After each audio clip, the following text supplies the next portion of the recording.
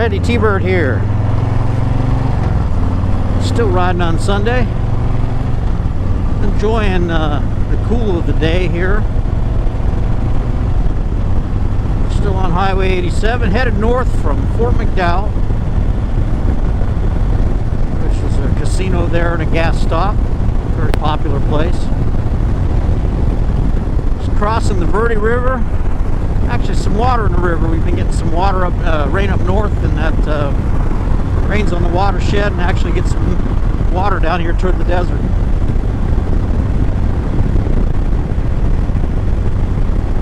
Highway 87 is a great drive. I spend a lot of time out here riding my motorcycle.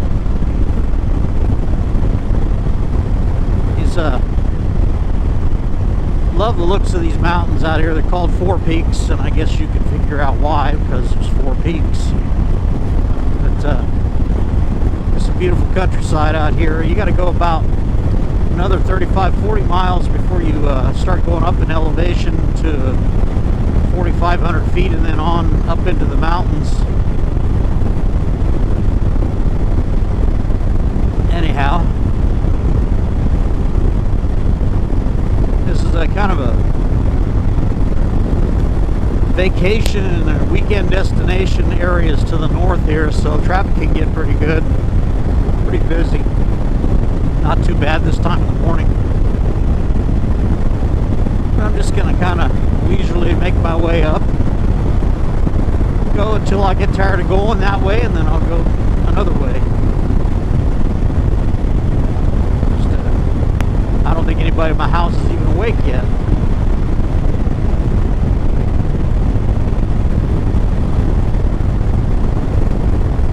So anyway, I don't know what I don't have a whole lot to say today. Just enjoying my motorcycle ride. Trying to get some footage and figure out how to edit everything and keep my vlog populated, so to speak, as I try to figure out how to play this game. I've been following guys like Sean Smoke and Tony Cox, John Maxwell. I like what Matt Laidlaw is doing over in California. His videos are very informative and very in-depth, as they're a big Harley dealer over there. But I tell you what, if you need a good review on motorcycle, you definitely follow his videos. A lot of his videos are 30-40 minutes long, so you get to find out everything about a particular bike without any of the fluff or whatever. He seems to be kind of a low-key personality in their dealership. They've been around a long time, I'm told. Now, I don't go to LA very often. I don't like the zoo over there, but he seems to do a good job. They built a bike for the Harley Custom Kings thing called the Coast Glide, and that is an amazing motorcycle. So if you haven't checked out his videos, it's pretty amazing. They took an old FXRT fairing, a repop, and they mated it to one of those new Softail, I forget what they're called. It's kind of a cruiser bike with saddlebags on it.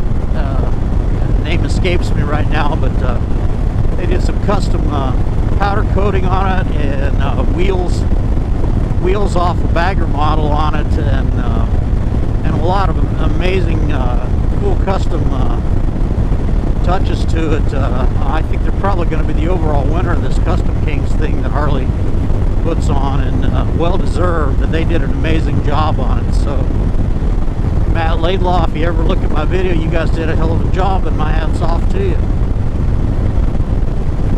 Anyway, hell, I just like motorcycles. I like anything with two wheels. I like Japanese bikes. I like European bikes.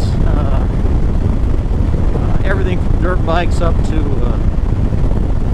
full-on touring bikes. The touring bike that impresses me the most these days is that BMW K1600 bagger. What an amazing transition from a big touring bike to that bagger setup. you know, if I had unlimited resources, I'd probably have one of those. They say, from what I've read, they say there's a bike that's probably 800 pounds that handles like a sport bike. And BMW has always been excelled at that game. Speaking of BMW, I checked out the K750 850 adventure bike, and even the one with the low seat. I'm 5'7" on a good day. I can't get anywhere close to the ground with even 1 foot. You know, you got to stop sometime. And then people say, well, the dirt bikes, you know, you just ride them, you don't have to stop. Well, you know, if you fall over every time you do stop, that's no good. So, as much as I like that K750, I don't think I'll ever be buying one. Now, I did check out the Triumph 800, and they make a couple models.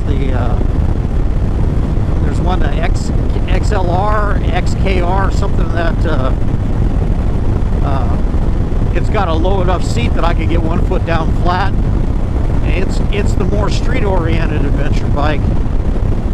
It doesn't have quite the suspension travel as the XCX does, but from what I've read in the reviews and the videos that I've watched on it, these things handle better in the dirt than any 500-pound machine has any right to. You know, I'm used to dirt bikes in the 250-pound range or less, and it's hard to imagine pushing 500 to 600 pounds around in the dirt, but I guess they work good. People ride around the world on those big BMW RS 1250s, so they must work. You know, it's just too bad you got to be 6'5" or taller to be able to ride them around. So that's just me, you know, the curse of being short. You know, who knew? I come from a long line of short people, so I didn't expect I was going to get any taller. Anyhow, still riding on 87. It's just an amazing morning. I mean, the way the clouds are silhouetted against the sky and the air's cool, and that's a rarity here this time of year. Just last Sunday it was 115 degrees, and I gotta tell you, that is not motorcycle riding weather. You know, there are people that do it. You know, well, I did it when I was younger, and I just can't handle that kind of heat anymore in the heat of the day. I was out yesterday, it was only about 103, and that kind of wore me out. So I'll stick to these early morning rides until the weather changes.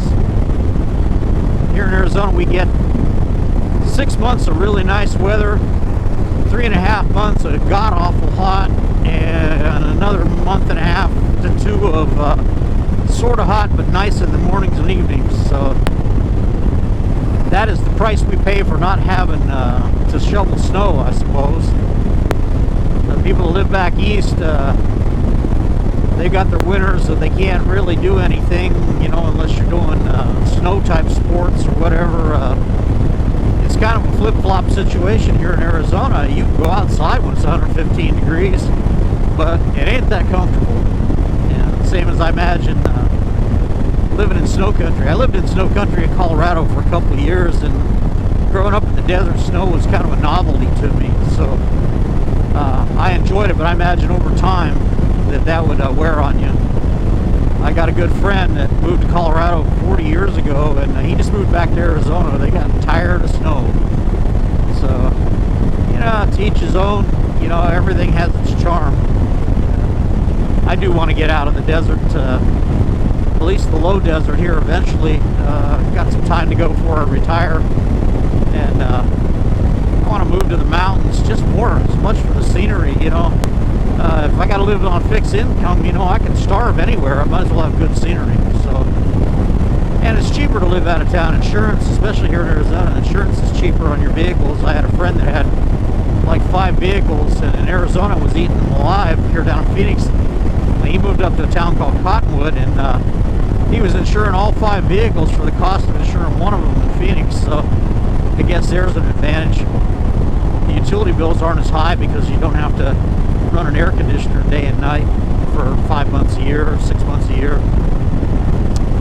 You can't live without an air conditioner here in Arizona. Some people have evaporative coolers, but when it's humid, the air coming out of those things is about 95 degrees, and I've always had a hard time sleeping when it was hot. I like it cool at night. I can deal with 80 degrees during the daytime, but I gotta have it cool to sleep. And my wife would not agree. She would like to have it cool all the time. She's from Wisconsin, so anyhow. Hey Fletch, if you're watching this vlog, my condolences to your friend Genghis Wong. I used to read the Iron Horse a lot back in the 90s, and look forward to his column and your column.